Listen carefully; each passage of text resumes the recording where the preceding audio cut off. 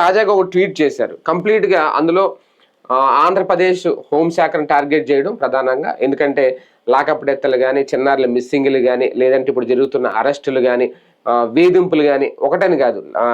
మొన్న క్రాంతి కుమార్ ఫ్యామిలీని వెళ్ళి పరామర్శించిన, మొన్న ఆయన సాయికృష్ణ ఫ్యామిలీని పరామర్శించిన, అక్కడ మాట్లాడిన ఈ టార్గెట్ ట్వీట్లతో పాటు ఆయన కంటిన్యూ చేస్తున్నది ఇంకొకటి ఉంది.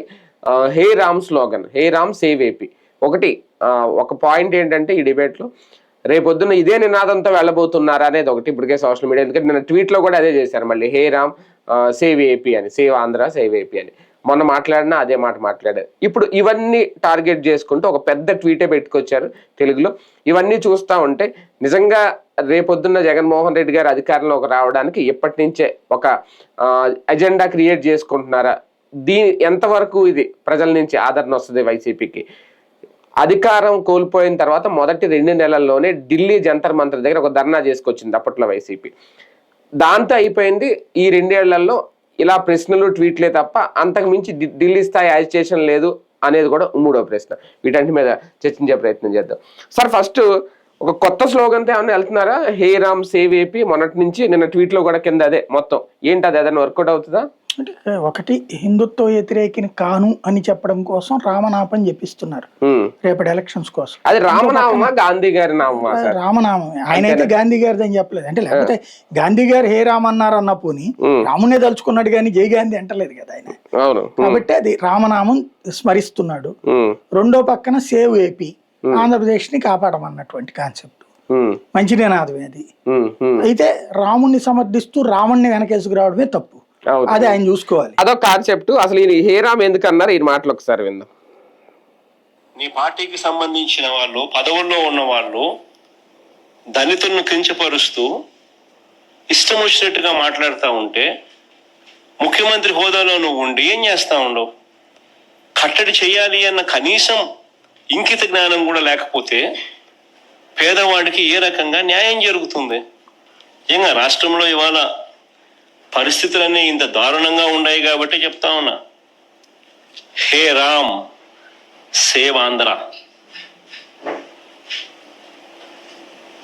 గాంధీ గారి మాటలు అది లాస్ట్ ఈయన అన్నది. గాంధీ గారి మాటలను గుర్చి ఆయన నోటి నుంచే అంటున్నాడు ఆయన. అంటే గాంధీ అనేటప్పటికి ఇక్కడ ఒక కాంగ్రెస్ పార్టీ, కాంగ్రెస్ సిద్ధాంతం గుర్తొస్తుంది. దాన్ని ఎత్తుకున్నారా? లేదు మీరు అన్నట్టు ఇటు నేను హిందూ వ్యతిరేకం కాదు అనే యాంగిల్ వెళ్తున్నారు? గాంధీ గారు హిందూ వ్యతిరేకం కాదనడానికి ఆయన మాట అన్నాడు అంతే. ఆయన ఏమి జై జై అల్లా అని చెప్పలేదు కదా. అవును అవును. కాబట్టి గాంధీ గారు అయినా ఏ రామ్ అనేది ఆయన మీద ఆయన నినాదం ఎందుకు అనేవాడు? అవును. ఆ రోజున ముస్లింలకు అనుకూలంగా ఉంటున్నాడు, పాకిస్తాన్కి అనుకూలంగా వ్యవహరించాడు, పాకిస్తాన్ని మొక్కలు చేయడానికి సహకరించాడు, కాశ్మీర్ మొక్కలు చేయడానికి సహకరించాడు.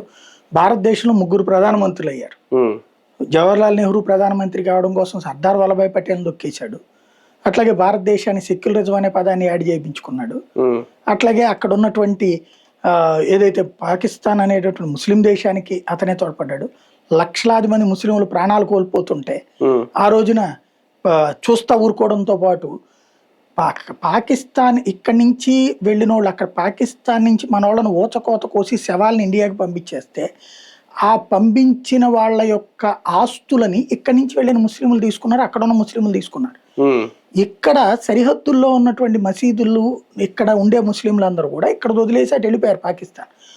ఆ ఇళ్లల్లో ఉండటానికి ఒప్పుకోలేదు అతను. అట్లాగే ఆ మసీదులలో తలదాచుకుంటుంటే మసీదు పెద్దలు కూడా సహకరిస్తే గాంధీ గారు మాత్రం వాళ్ళందరూ ప్రార్థనలు చేయరు, మీరు మసీదులో వదలకపోతే నేను ఆమరణ నిరాహార దీక్ష చేస్తానన్నాడు. దాన్ని ప్రజలు తప్పు పెట్టారు. నువ్వేం మాట్లాడుతున్నావు? అక్కడి నుంచి కట్టుబట్టలతో వస్తే వాళ్ళు అక్కడ మసీదులో ఉంటుంటే, అది కూడా ఖాళీ అయిన మసీదులో ఉంటుంటే నువ్వు వాళ్ళని చచ్చిపోమంటావు రోడ్డు మీదకి వచ్చి పసి బిడ్డలతో సహా అన్నటువంటి. అది క్రమంగా గాంధీ గారి మీద వ్యతిరేకత దేశ విభజన తర్వాత పెరిగింది.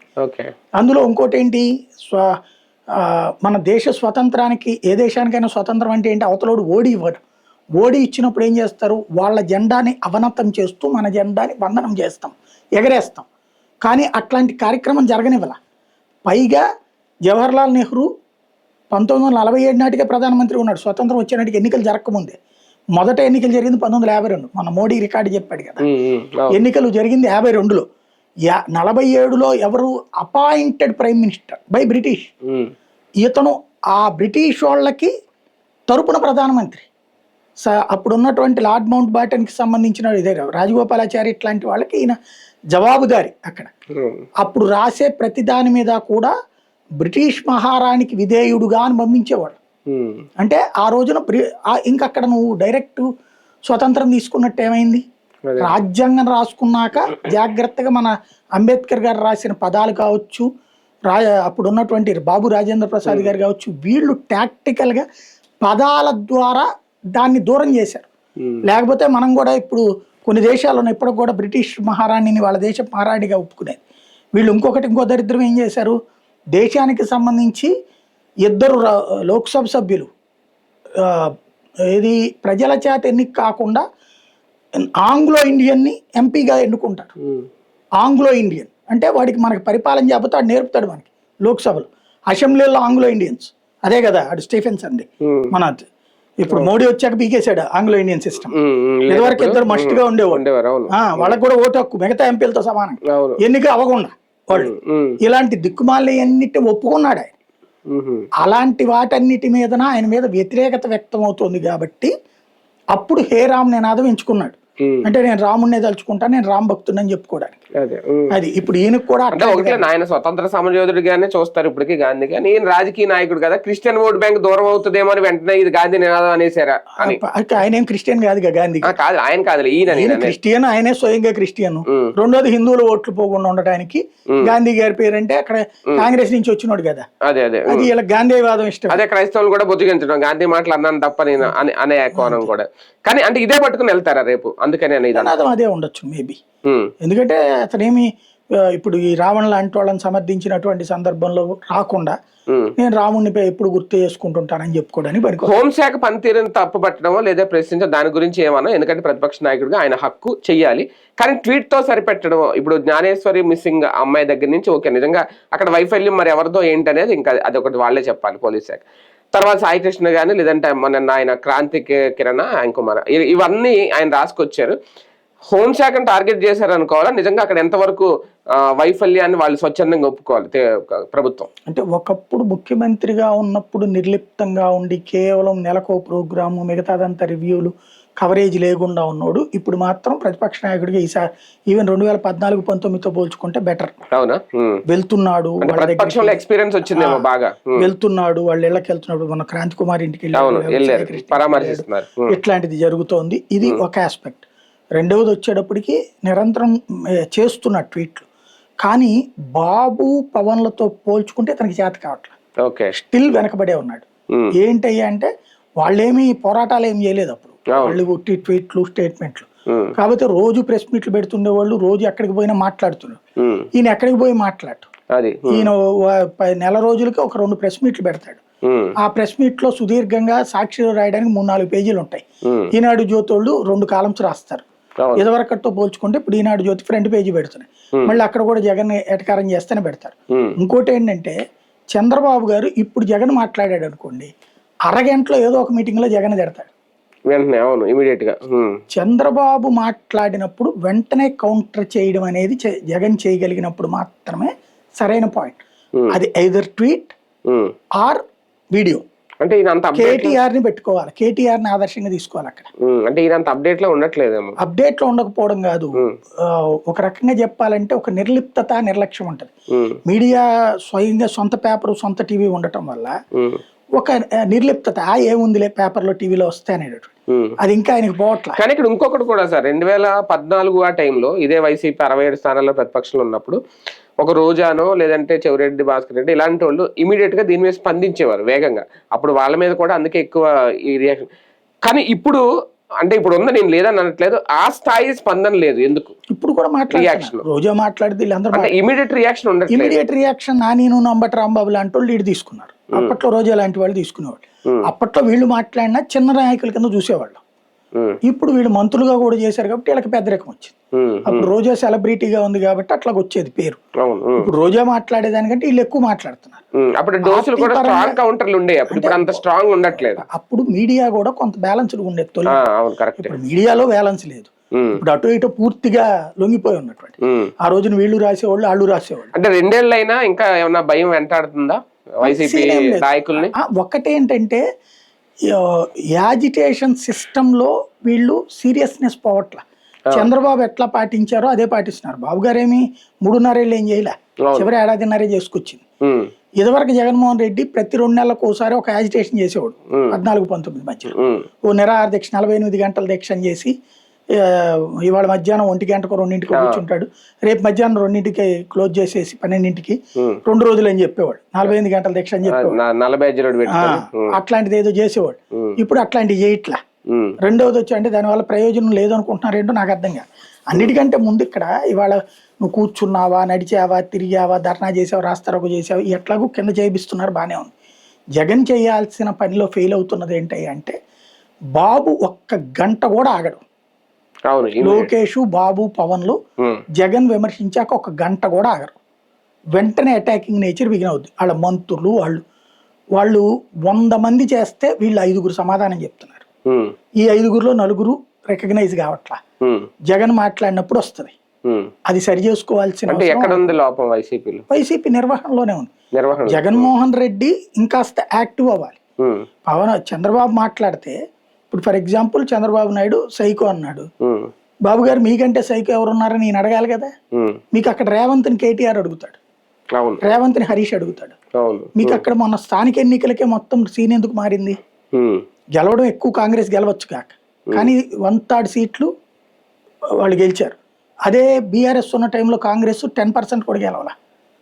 ఎందుకని అక్కడ కేటీఆర్, హరీష్ రావు వాళ్ళు స్ట్రాటజిక్ గా పడుతున్నారు. మీరు జూపల్లి వస్తానన్నాడు, వెంటనే నేను రెడీ అని బయలుదేరాడు హరీష్ రావు గారు దమ్ముంటే కేటీఆర్ రావాలన్నాడు, వెంటనే బయలుదేరాడు కేటీఆర్. ఆపిన ఫెయిల్యూర్ ఎవరిదైంది? వీళ్ళదైంది, ప్రభుత్వాన్ని. మంత్రి మీ ఆఫీస్కి వస్తానంటే రాని కూర్చున్నాడు కేటీఆర్. ఎలా ఆడాడు ఇక్కడ? ఇప్పుడు నేను వీళ్ళేదో బహిరంగ చర్చ అన్నాడు, రాయమ్మ ఆఫీసులో అని చెప్పి కూర్చోబెట్టాలి కదా, ఇక్కడ కూర్చోవేయాలి కదా, లేదో పోనీ ఎక్కడో చెప్పి మేము వస్తామని చెప్పాలి కదా. స్టేట్మెంట్లు ఇస్తున్నారు. అలాంటి ఒక స్ట్రాటజిక్ ఎత్తులో ఫెయిల్ అవుతున్నది. రెండవది రెస్పాన్స్ ఎమ్మడే ఉండాలి. ఇట్లా మొత్తం కలిపి ఒక బల్క్ గా ఓ హోల్సేల్ కార్యక్రమం, హోల్సేల్ వ్యాపారం ఇవి కూడా 7-8 కలిపి ప్రతిదానికి. ఇప్పుడు ఫర్ ఎగ్జాంపుల్ కుప్పం అన్నాడు, కుప్పం చంద్రబాబు గారు తిరిగారు, ఆయన మాట్లాడిందంతా చూసుకో, దానికి ఒక కౌంటర్. ఆయన టూర్ అవ్వగానే బాబు గారు ఎందుకు మీరు ప్రజల్ని మోసం చేస్తున్నారు, లేదా ఏ రోజుకు ఆ రోజు బాబు గారు నీళ్ళ ఇక్కడ ఏమీ ఇవ్వలేదు, జగన్ మోసం చేసి ఎందుకు సార్ బాబు గారు మోసం చేస్తున్నారు, లేదా బాబాయ్ చంపాడు అంటున్నాడు. పాపం సిబిఐ వాళ్ళకి చెప్పండి సార్, ఆ మొక్క వాళ్ళు కేసు పెట్టలేక పారిపోయారు, మీరు చెప్పారని దొంగ కేసులు పెడదాం అనుకున్నారు కానీ ఏ సాక్ష్యాలు లేక పారిపోయారు. ఎంతకాలం మీరు చేసేది ఇట్లాంటి మోసం? ఇంతవరకు గొడ్డల పార్టీ అనే దానికి సంబంధించి జగన్ నోటి నుంచి రియాక్షన్ అయితే రాలేదు. మిగిలిన నాయకులు మాట్లాడారు, అది ఓకే. ఇన్ని ప్రెస్ మీట్లు ఆయన మాట్లాడట్లేదు, సైలెంట్ గా. నేను అనేది అదే, అతను ఫెయిల్యూర్ అది. గొడ్డల పార్టీ అంటే నేను నిన్ను వెనుపోటు పార్టీ అన్ను, నేను రాక్షస పార్టీ అన్ను, నీది అహంకార పార్టీ అనను. ఎందుకంటే నాకు సంస్కారం ఉంది. ఒక రాజకీయ పార్టీని గురించి మాట్లాడేటప్పుడు బాధ్యత ఉండాలి. మీకు ఆ బాధ్యత లేదు. మేము బాధ్యతాయుతంగా ఉంటాం, మేము ప్రజల పక్షాన పోరాడుతున్నాం. ప్రజల పక్షాన పోరాడే వాళ్ళు మేము గొడ్డల పార్టీ అయితే కనుక ప్రజల మీద మీరు దించేటటువంటిది గుణపం పార్టీ అందామా మిమ్మల్ని? నేను ఆ మాట అనను, నాకు సంస్కారం ఉంది అనొచ్చు కదా, అంటే చేత కావట్లేదు. అధికారులకు వచ్చిన 2 నెలలకి అప్పుడు ఢిల్లీలో జంతర్ మంతర్ ధర్నా చేసి హడావుట్ చేశారు. అప్పట్లో అక్కడ అరెస్టులు పెరిగిపోయినాయి. ఇదంతా దీన్ని కేంద్రం దృష్టికో లేదంటే ఢిల్లీ స్థాయిలో తీసుకెళ్లాలి అని చెప్పి చేశారు. ఇప్పుడు 2 ఏళ్ళు అయినాయి, అలాగని ఇప్పుడు అరెస్టులు ఇంకా పెరిగినాయి. ఇప్పుడు నిన్న రాసుకొచ్చినాయో చూసుకుంటే లాకపడెత్తలు కానీ, మిస్సింగ్లు కానీ ఇవన్నీ పెరిగినాయి. ట్వీట్లకు ఎక్కడికో పరామర్శలుగా పరిమితం అవుతుంది వైసీపీ. అంతకు మించి ఢిల్లీ స్థాయి వెళ్లే ప్రయత్నం చేస్తారు. ఢిల్లీలో వెళ్తే అయిందా? దేని పనికిరాదు. నేషనల్ మీడియా కూడా ఇవాళ కొలైడ్ అయిపోయింది. అధికార పక్షానికి అనుకూలంగా, ప్రతిపక్షానికి అనుకూలంగా అన్నాడు. లేదా ఇక్కడ ఎవడు అధికారంలో ఉండేవాడు వాళ్ళ దగ్గర డబ్బులు తీసుకుంటారా? ఏం డబ్బులు అంటే లంచాలని చెప్పను నేను. వాళ్ళు కన్సల్ట్లు అని పెడుతుంటారు, కన్సల్ట్లు అనేసి. అంటే అందరు నాయకులు పిలిచి ఉపన్యాసాలు ఇప్పించేది, ప్రెస్ మీట్లు పెట్టడం, క్వశ్చన్స్ వేయడం. ఇది రిపబ్లిక్ టీవీ దగ్గర నుంచి, ఎన్డీటీవీ దగ్గర నుంచి అందరూ చేస్తున్నారు ప్రతి 3 నెలలకి. అదో స్పాన్సర్షిప్ల రూపంలో 100 కోట్లు సంపాదిస్తున్నారు. అందులో 30 కోట్ల రూపాయలు ఖచ్చితంగా మన ఆంధ్రాను తెలంగాణ నుంచినో స్పాన్సర్స్ వస్తున్నాయి. ప్లస్ ఆ పైన డబ్బులు వస్తున్నాయి. 25-30 కోట్లు ఆంధ్ర తెలంగాణ నుంచి గ్యారంటీ వాళ్ళకి. అందుకోసం పెడుతున్నారు అక్కడ. అవి చేస్తున్నారు కాబట్టి అధికార పక్షాలకు అనుకూలంగా పనిచేస్తున్నారు. జగన్ దరిద్రం ఏంటంటే జగన్ టైంలో కూడా ఇచ్చాడు. అదేది రాజ్దీప్ సర్దేశాయ్ వాళ్ళకి విద్యకి సంబంధించి అప్పుడే ప్రవీణ్ ప్రకాష్ మాట్లాడు. అప్పుడు కూడా జగన్ మాట్లాడింది తిరుపతిలో పెట్టారు కన్సల్ట్. అట్లాగా ఉంటాయి ఇవన్నీ కూడా. బేసిక్ గా ఇప్పుడు జాతీయ మీడియా కూడా కొలైడ్ అయి పనిచేస్తుంది. కాబట్టి అక్కడికి వెళ్ళి కూర్చున్నంత మాత్రం ఏం ఉపయోగం లేదు. నన్ను అడిగితే. ఇక్కడ జగన్ ఇక్కడ వీళ్ళు ఎట్లాగో చేస్తున్నారు, ధర్నాలు రాస్తారు ఒకళ్ళు. ఇంకోటి ఏంటంటే అరెస్టులు అప్పుడు పెద్దవాళ్ళందరినీ కూడా పట్టుకుని వెంటాడారు. ఇప్పుడు చిన్నవాళ్ళ జోలికే పోతున్నారు కాబట్టి వీళ్ళు ప్రకటనలకే పరిమితం అవుతున్నారు. కాకపోతే ఒకటే చేయాల్సింది ఏంటంటే జగన్ చేయాల్సిందల్లా ప్రతి కామెంట్కి అంటే బాబు, పవన్ కళ్యాణ్, లోకేష్లకి జగన్ స్వయంగా కౌంటర్ ఇవ్వడం ప్రారంభించాలి. ప్రతి కామెంట్కి counter comment with evidence. Jagan ఊరికినే వేగ్గా మాట్లాడు, ప్రతిదీ కూడా ఆధారంతో మాట్లాడతాడు, డాక్యుమెంట్స్ ఎవిడెన్స్ చూస్తాడు. అతను ప్రెస్ మీట్ పెట్టాడంటే వాళ్ళ ఆఫీస్ స్టాఫ్ చచ్చిపోతారు, 3-4 రోజులు కష్టపడతారు ఆ డేటా అంతా తీసుకొచ్చి పవర్ పాయింట్ ప్రెజెంటేషన్ తయారు చేయడానికి. జగన్ ప్రెస్ మీట్ పెట్టేటప్పుడు చూడండి, వీడియోలు, ఆడియోలు అన్నీ కలిపి పెడతారు. అది చేయడానికి అంత తిప్పలు పడతారు వాళ్ళు. పాప మిగతా పని అంతా మానుకుని ఇదే పని చేయాలి, అంత వర్క్ ప్రెషర్ ఉంటది. అతను ఏంటంటే ఆధారం లేకుండా మాట్లాడు తొందరగా జగన్. అది వీటిట్లో మాట్లాడేటట్టు ఒక టీం పెట్టుకోవాలి, అవసరమైతే 4 టీములు పెట్టుకో. కూటమి ప్రభుత్వం కూడా ఓకే ఈయన ట్వీట్ చేశారని ఒకటి ఆలోచించుకోవాలా, ఎందుకు హోంశాఖలో ఎంత వైఫల్యం పెరిగింది ఈ 2 ఏళ్లకి. వాళ్ళు ఆలోచించుకోవడం ఏముండదండి, అధికారంలో ఉన్నప్పుడు ఎవడో ఆలోచించడు. Incident is incident. ఇప్పుడు ఆ పిల్లది మీరు అన్నారు జ్ఞానేశ్వర్, పాపం చాలా కష్టపడ్డారు.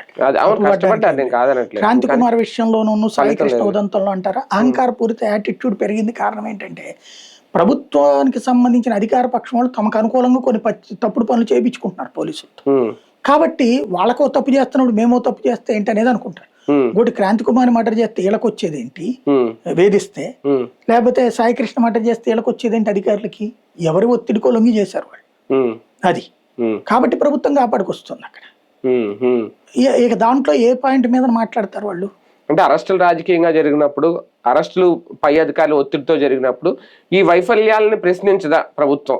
హోంశాఖ కరెక్ట్గా ఉంటే ఇన్ని జరుగుండేవా? చేసామంటదిగా, సస్పెండ్ చేసాం, అరెస్ట్ చేసామంటది, మళ్ళీ వాడు దుర్మార్గుడు అని చెప్తుంది.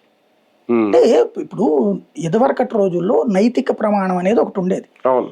ఈవెన్ మీడియా కూడా మేము అప్పుడున్న మంత్రులు కానీ ప్రతిపక్షం వాళ్ళని కానీ ఒక ప్రశ్న వేసామంటే గనక చాలా డెప్త్గా ఆలోచించి వేసేవాళ్ళం, సిగ్గుపడేవాళ్ళు. తప్పు జరిగితే సమర్థించుకునే ప్రయత్నం చేసినప్పుడు సిగ్గుపడేవాళ్ళు. మేము నవ్వేసేవాళ్ళం ప్రెస్ మీట్లో, ఏం సార్ వెళ్ళి మాట్లాడుతున్నారండి అని. వాళ్ళు కూడా అనేవాళ్ళు. అప్పటికి ఇంత టీవీలు లేవు కాబట్టి నడిచినాయి, కేబుల్లో వీటిట్లో వేసేవాళ్ళు అట్లాంటి వాటిట్లో. ఇవాళ ఏంటంటే నైతికత లేని రాజకీయం అన్ని పార్టీల్లోనూ ఉంది. తప్పుని సమర్థించుకుంటూ దబాయిస్తున్నారు, దౌర్జన్యపూరితంగా మాట్లాడుతున్నారు. దాన్ని సమర్థించే కార్యకర్తలు అయ్యారు. ఇదివరకు కార్యకర్తలు ప్రెస్ వాళ్ళు మాట్లాడారంటే చాలా విలువ ఉండేది. సార్ మీరు వేస్తారు సార్, మా వాడిని ఏడిపిస్తారు సార్ అని ఎంతమంది మా దగ్గరకు వచ్చి మాట్లాడేవాళ్ళు. సార్ మీరు వదిలేయండి సార్, ఆయన చేస్తాడు అనవసరంగా అని అడిగేవాళ్ళు. ఇవాళ రోజున ఇగో మా వాడిని ఎట్టంటావా, నిన్ను లోపల వేసేస్తావు, నీ సంగతి తెలుస్తావు, నీ అంత తెలుస్తావు అంటారు. ఇప్పుడు వాడిని అడిగడం వల్ల నీకు నాకు ఒరిగేది ఏంది? మనకేమో 10 రూపాయలు జీతం ఎవరు, కానీ అది నీ కోసం అడుగుతున్నావు. నువ్వు నీ పార్టీకి అనుకూలం కాబట్టి, నాయకుడు కాబట్టి కాపాడుతున్నావు, కానీ నీ సొసైటీకి నష్టం అతను చేస్తున్న తప్పు. మీడియా చేసేది సరే, పార్టీలకు అనుకూలంగా చేసి మీడియా సంగతి పక్కన పెడదాం. ఆ రోజుల్లో అంత దరిద్రంగా ఉండలేదు పార్టీలకు అనుకూల మీడియాలో కూడా. క్వశ్చన్ సిస్టమ్ అంతా నడిచింది. ఇవాళ ఒక రకంగా చెప్పాలంటే కొలాప్సింగ్ వ్యవస్థ, సర్వనాశనం అయిపోయింది. నైతికత నాశనం అయిపోయింది, రాజకీయ నాశనం అయిపోయింది, దౌర్జన్యం పెరిగింది. దౌర్జన్యపూరిత మాటల్ని గొప్పగా మాట్లాడుతున్నారు. ఎవడన్నా నిజాయితీగా మాట్లాడితే వాడి మీద బురద జల్లుతున్నాడు, దొంగలే దొంగ దొంగ అని అరుస్తున్నారు. వీటన్నిటి మధ్యన నాకు తెలిసి ఒక అనైతిక వ్యవస్థీకృతమైనటువంటి వ్యవహారం నడుస్తుంది రాజకీయం. ఇట్లాంటి దాంట్లో ఏదో మారుతారు, ఎవడో మారుతాడంటే భగవంతుడు ఏమైనా మార్చాలి, అంతే, మన చేతుల్లో ఏం లేదు. మావుగన్ అజెండా గానీ 2029 ఎన్నికలకి ఇప్పుడు హే రామ్ సేవాంధ్ర నినాదం స్లోగన్ గానీ ఇలాంటివి ఒక సక్రమైన బాటలోనే వెళ్ళిపోతుందా 29 ఎన్నికలకి? వైసీపీ కొట్టాలని వాళ్ళు ప్రయత్నిస్తారు, దాన్ని కన్స్ట్రక్టివ్ కోసం వీళ్ళు ప్రయత్నిస్తారు. అప్పటికి ఇప్పుడు ఆ రోజునికి అమరావతి కన్స్ట్రక్షన్ పూర్తి అయిపోయింది అనుకోండి, ఇదిగో చేసేసామని చెప్తారు. తెలివైన వాళ్ళు అయితే విజయవాడ గుంటూరు కలిపేసి మేము ముందే చెప్పాం కదా అంటారు. తెలివి లేని వాళ్ళు అనుకోండి, మేము 29 గ్రామాల రాజధాని గొప్ప అన్నారు అనుకోండి, రేపు ఇతనికి అవకాశం వస్తుంది విజయవాడ గుంటూరు చెప్పుకుంటారు. కానీ దానికంటే కూడా కలిపిన వాళ్ళకే వాల్యూ ఉంటుంది. మచిలీపట్నం కలపలేదు అనుకోండి, ఖచ్చితంగా ప్రజల్లో తేడా వస్తుంది. అది రైట్, చూద్దాం. మొత్తానికి కొత్త స్లోగన్ తీసుకున్నారా జగన్మోహన్ రెడ్డి గారు, ఈ మధ్యన ఎక్కువగా వాడుతున్నారు. అదే నేపథ్యంలో రేపు 2029 ఎన్నికలకి ఒక లైన్, ఒక స్ట్రక్చర్ క్రియేట్ చేసుకుంటున్నారు. ఈ క్రైమ్లు, ఈ లాకప్ డెత్లు ఇవన్నీ పెరిగిపోయినాయి అనేది ఎంతవరకు ప్రజల నుంచి సానుకూల స్పందన వస్తుంది చూద్దాం.